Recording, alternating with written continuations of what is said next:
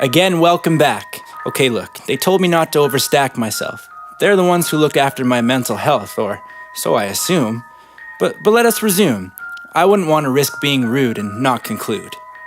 So let's get back to Angie and the three fiends.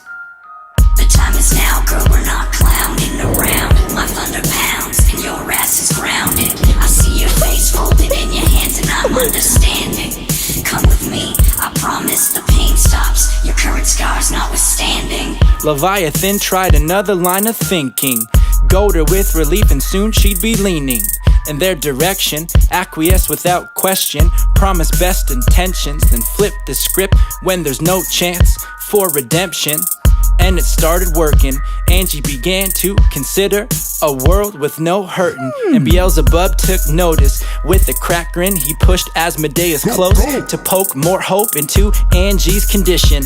Okay, this is attrition, bitch, just switch positions. No more sorrow, only best wishes as you drift into blissfulness. You see that light over there? Leviathan's pointing down the near distance. That's paradise full of life and fresh air. That's it, whispered Beelzebub. You might as well run, step into the light and you're done. Tempted Asmodeus, Angie beaten down, exhausted, deflated, took the bait and started heading to the light source. Beelzebub could barely hide his delight as they course poured Angie towards her demise. Step by step she walked towards the great abyss, victim to demonic hypnotists. Just a few more paces, then she's gone, forever missed. But then a noise startled Beelzebub and his boys. They couldn't clearly hear it, but something told them to fear it. Was it the ghost of the Holy Spirit? Asmodeus was the first to react. It's like the noise made him burst on contact. He writhed, pushed towards his demise. His skin peeled back, his form went abstract and shapeless, turned to flames.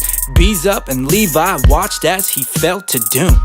And all they heard was, "It's the power of Christ that compels you." Say it with me, boy. The power of Christ compels you. The power of Christ compels you. The power of Christ compels you. The power of Christ compels you. The power of Christ compels it you. was Dustin and the preacher man took a stand against the evil demon Ange. The exorcism they tried to put in full command. It returned Asmodeus back to the damned. Now the three fiends seem to be undermanned. Execution was the preacher's plan. The Roman ritual called out. Levi, the second prince of the Seraphim, began to fall out. With a wail, gasp, and shout, his body crumbled to the deck like an 80s scary movie with shitty effects. My son, it's working! Cried the priest. Do not break our speech, soon she'll be released! And Dustin let the holy words out from behind his tongue and teeth. O Father, who art in heaven, send us a remembrance and banish these three lords of the unblessed. Oh word, you think you can do this to me? Like Denzel, this is a training day and I run these streets. And Beelzebub climbed out his seat and brought all of hell to compete with the preacher man. Shoved the demon Ange beneath the hoof of his feet. Now look what you made me do. I'm the second fallen angel dude. Got something so major for fools, enough rage and anger for two. This girl belongs to me and I'll be damned if I admit defeat. Pun intended. You see me and this pig are best friends until the end, and the end's impending. So I'ma walk her to her deathbed, despite the words of light you mentioned. This darkness, this is my house. I alarm your crosses cause I've been expelled from God's house. Now, I'll take the words right out your mouth. And Beelzebub snapped his fingers. Dustin lost his voice, it didn't linger.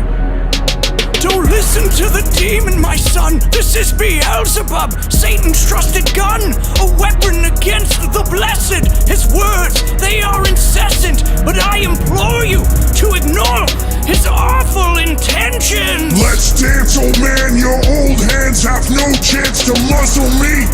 I remember way back you wanted some.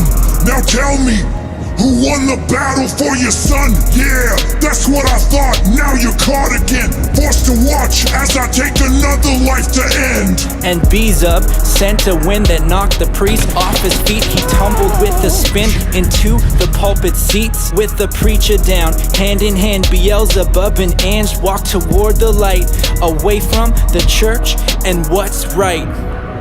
In his mind's eye, Dustin could see the two standing at the edge of life. He heard Beelzebub say, "It's time!" and pointed into oblivion. It sent Dustin into a tizzy, son. With all his might, he screamed out toward her, implored her, Please, Angie, you must fight. Don't jump, don't leave, not now, not tonight.